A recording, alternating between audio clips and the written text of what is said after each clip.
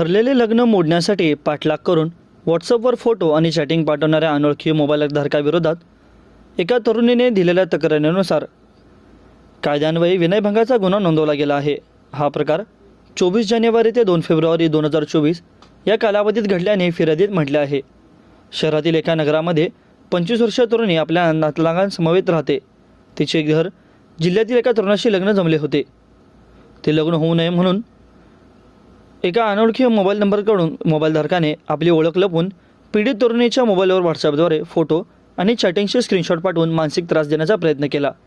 या 10 दिवसांपासून सुरू असलेल्या तक्राराबद्दल पीडितेने आपल्या नातलगांशी बोलून याचा सोक्षमोक्ष व्हावा म्हणून विजापूर नाका पोलीस ठाण्यामध्ये गाठून रीतसर फिर्याद नोंदवली आहे।